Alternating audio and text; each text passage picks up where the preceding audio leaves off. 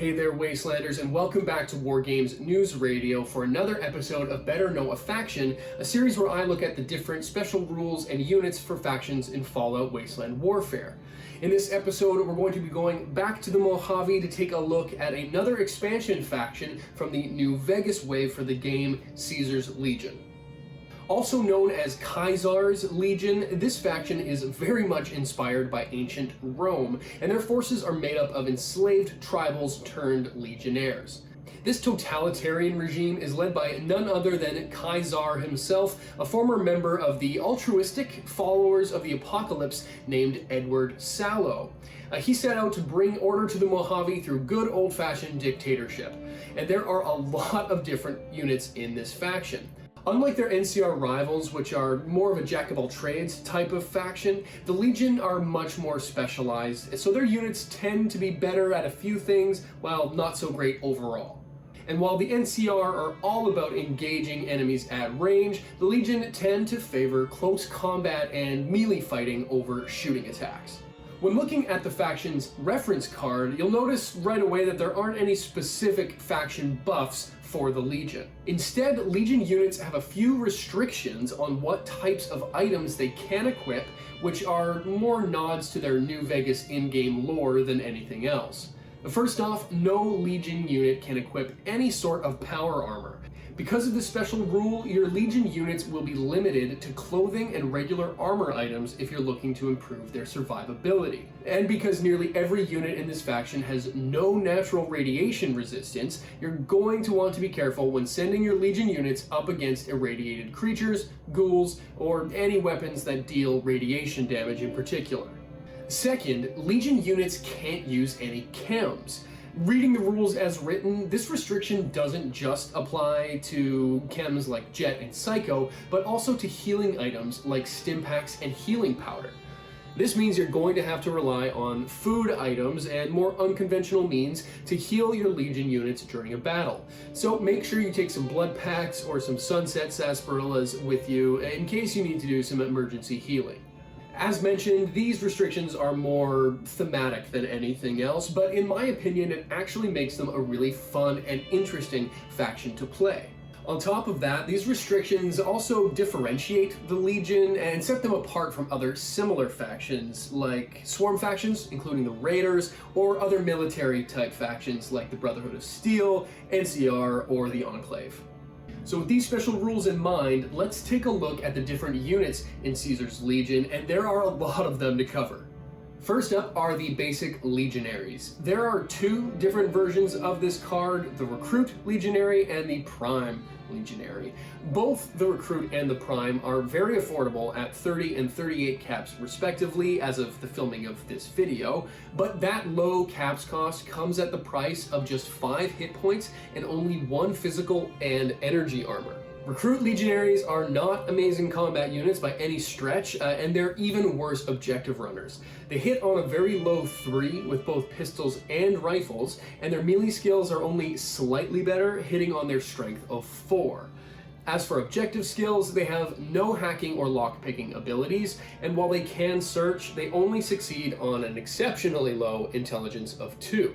Prime Legionaries get a few bumps to their stats compared to the Recruit, including increases to their melee and rifle skills. Their intelligence also gets a bit of a bump from 2 to 3, but there's still nothing special when it comes to objective running. Because of these less than average combat abilities, I find both these units work best in swarms when used to overwhelm the enemy with numbers. And it's never a bad idea to keep at least one of these in reserves as a way to trigger the Centurion's by example special ability, which we'll talk about a little bit later.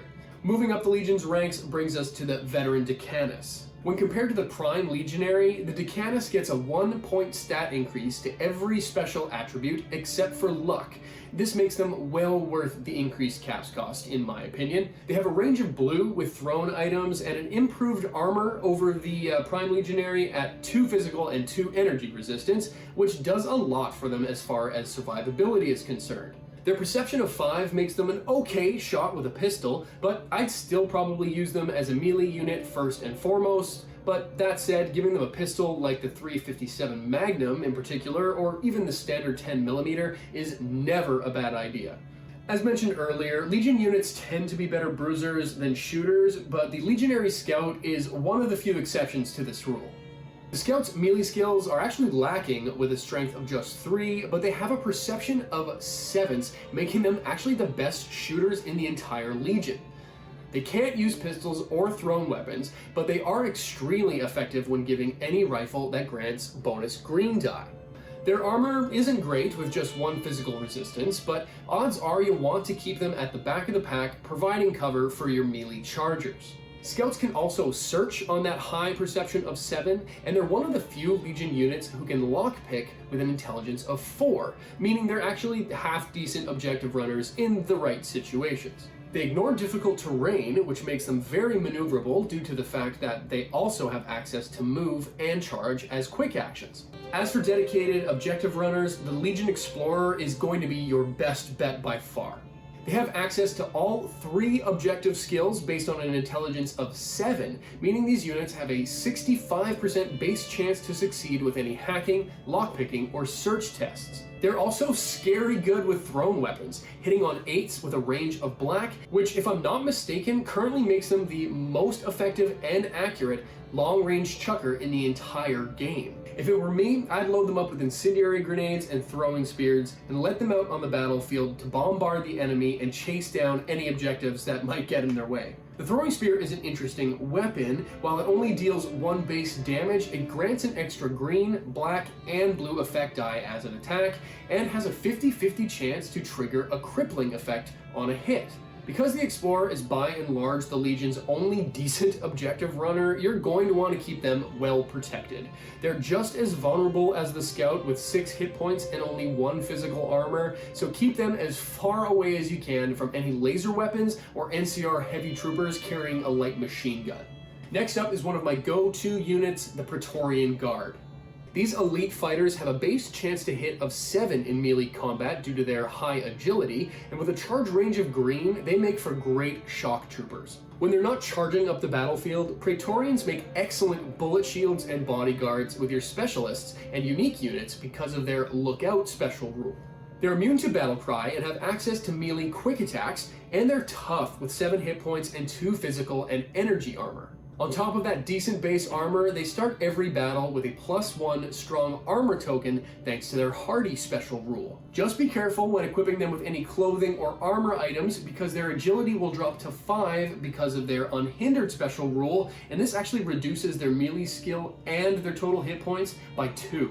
When it comes to Legion bruisers, the Centurion is not to be outdone. Like most rank-and-file Legion units, they have low hit points at 5, but their 4 physical and energy armor makes them the toughest non-unique unit in the faction. They're good melee fighters with 6 strength, and because of their by example special rule, Centurions gain an extra green accuracy die when making melee attacks, so long as there is at least 1 Decanus, Recruit, or Prime Legionary in their blue presence range.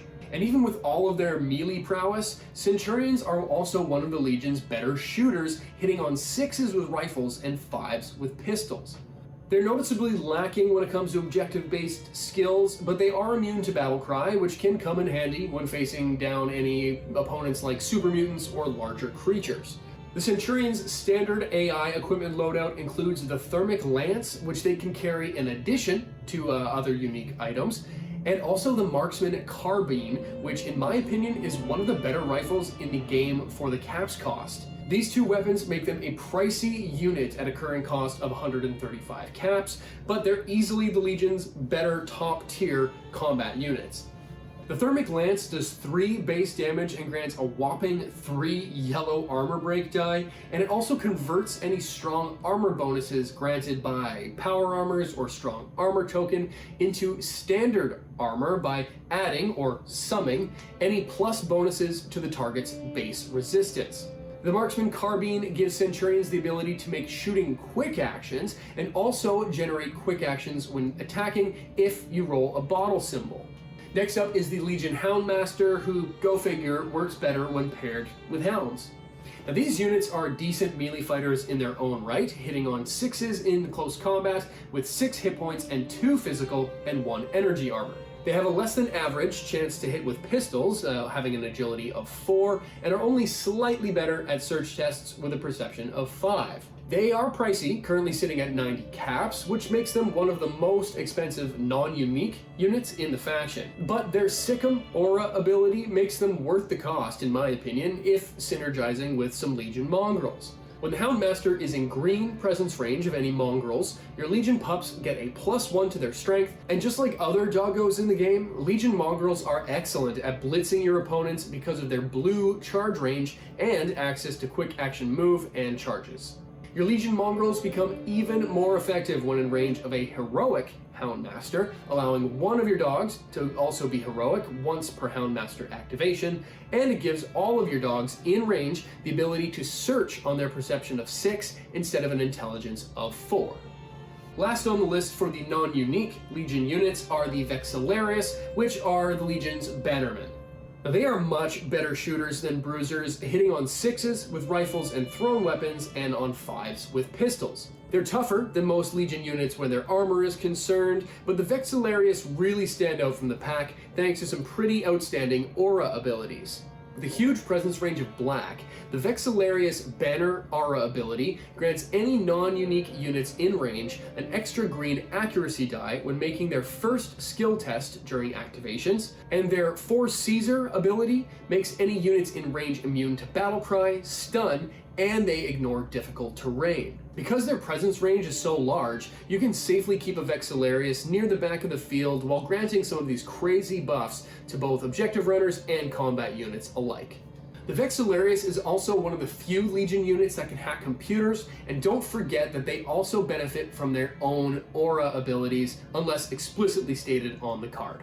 That takes care of all the standard units in Caesar's Legion, so let's take a look at the unique options available in this faction, which are made up of Caesar's most devoted followers. First up is Vulpus Inculta, who is the leader of Caesar's spies, also known as the Frumentari. He has more than decent combat skills, hitting on 6s with both pistols and melee weapons. He's also a pretty tough customer with 6 hit points and 1+1 strong armor for both physical and energy damage.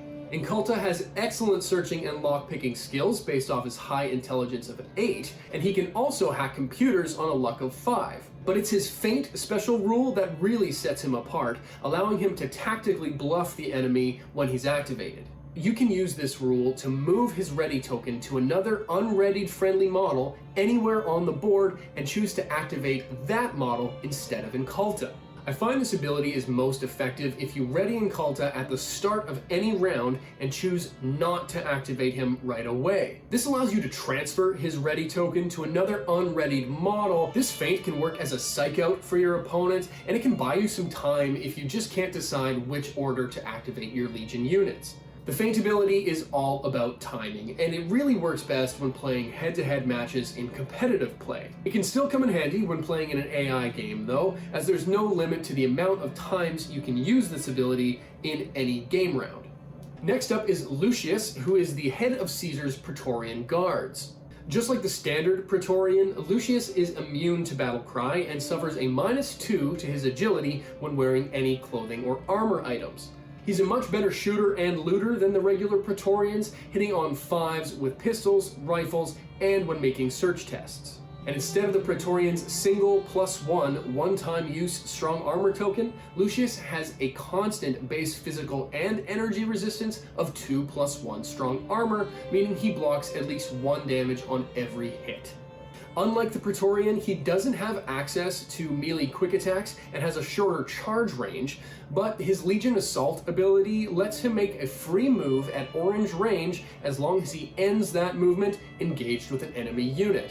This allows him to close the gap on an opposing unit in close combat without spending an action to charge, but he doesn't benefit from any additional charge bonus die when engaging the enemy using this rule. Just like Inculta's feint ability, the Legion Assault requires the right time and place to be most effective, but it can come in handy if you just need to make that extra little bit of a movement to engage the enemy. And lastly, we have the beast from the east himself, Legate Lanius. Lanius is the Legion's military commander and final endgame boss in New Vegas if you decide to side with the NCR, and he is not to be trifled with in Wasteland warfare. While the initial release of his stat card doesn't have the unique unit symbol in the top left-hand corner, Lanius is most definitely unique according to the Modifius forums, so expect this card to get an update sooner than later. Lanius has 9 hit points, 4 physical and 3 energy resistance, and he's immune to all radiation damage. He's also immune to Battle Cry, can't be lit on fire, and he cannot be poisoned. While Lanius has no ranged attack skills other than an impressive black range and 6 to hit with thrown items, he's an absolute tank in melee combat, hitting on a strength of 8, and he can also attempt a battle cry based on that strength with a pushback of yellow. Like the Praetorian Guard, he has a better than average charge range of green, and because Lanius has a strength of 7 or greater, he gets an extra black damage die when making melee attacks just for the sake of being super strong. His dominant special ability is an interesting one, letting him block one enemy model from using or benefiting from aura abilities every turn, as long as the enemy is within his pretty impressive black presence range and in line of sight. This makes him a grade A disturber on the tabletop, especially when playing against an aura-focused faction like the Enclave. His Enraged ability grants Lanius a bonus yellow armor break die on his next attack after he takes damage. Lanius can cripple an enemy's arm in melee attacks when he rolls double bottle symbols thanks to his Brutal special ability. The Blade of the East also has its own special effects generated by blue die. It can cause a stun when rolling a star, and it changes strong armor bonuses to additional armor, just like the Thermic Lance, when he rolls a Mushroom Cloud. On top of all of those abilities, the Blade of the East is actually an area effect weapon, dealing 2 base damage to all units within a yellow diameter of Lanius. Now, it's worth noting here that Lanius is immune to the area effect attack of this weapon, despite not saying so on the weapon card. But I can assure you, he is not going to take damage from his own spinning, whirling Blade of the East attack, so look for an errata update on this weapon down the line as well. Well, there you have it, Wastelanders, Caesar's Legion in all their glory. There are a lot of units to keep track of in this faction, and I hope this video will help you better understand what each one is capable of and help you put together some of your Legion lists in the future. Let me know in the comments what your favorite units in Caesar's Legion are, and don't forget to subscribe to WGNR so you don't miss out on our latest videos. You can also find WGNR on Instagram and Discord, so follow the links in the description below to get involved and join the conversation. Thanks so much for watching, and join us next time where we're going to look at the mysterious boogeyman of the Commonwealth, the Institute. Stay tuned, WGNR will be back.